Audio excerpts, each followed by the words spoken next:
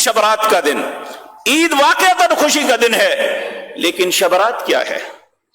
آپ دیکھیں، شب یہ عربی کا لفظ نہیں ہے، یہ فارسی کا لفظ ہے۔ عربی میں رات کو لیل کہتے ہیں۔ اگر اسے فارسی میں، اور دوسرا لفظ برات ہے، شب برات، اگر یہ دونوں لفظ فارسی کے لیے جائیں تو شب کا مطلب رات، برات کا مطلب بری ہو جانا، چھوٹ جانا، مصیبتوں کا ختم ہو جانا۔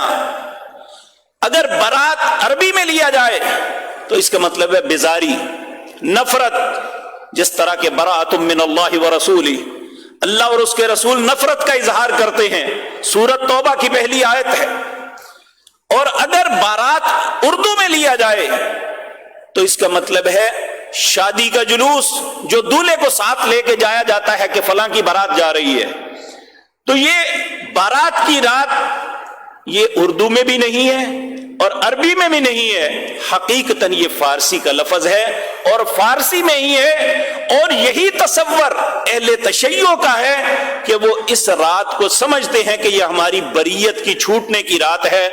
اس رات جب امام مہدی تشریف لے آئیں گے، یعنی محمد بن حسن عسکری، جبکہ ایک بات عرض کر دوں، یہ محمد بن حسن عسکری رحمہ اللہ جو تھے، یہ حضرت حسین کی اولاد میں سے تھے۔ نبی کریم نے جس مہدی کا تذکرہ کیا ہے وہ سیدنا حسن کی اولاد میں سے ہوگا۔ نبی کریم نے فرمایا جو مہدی جس کی وجہ سے دنیا کے اندر تبدیلی آئے گی، دنیا ایک مرتبہ پھر کفر سے ہٹ کے، بدعت سے ہٹ کے، شرک سے ہٹ کے اسلام کے اصل رستے پہ آ جائے گی، جو مہدی اسلام کی احیاء کا سبب بنیں گے وہ سیدنا حسن کی اولاد میں سے ہوں گے۔ اور یہ مہدی جو ہے جن کا نام یہ لیتے ہیں، یہ سیدنا حسین رضی اللہ تعالی عنہ کی اولاد سے ہیں۔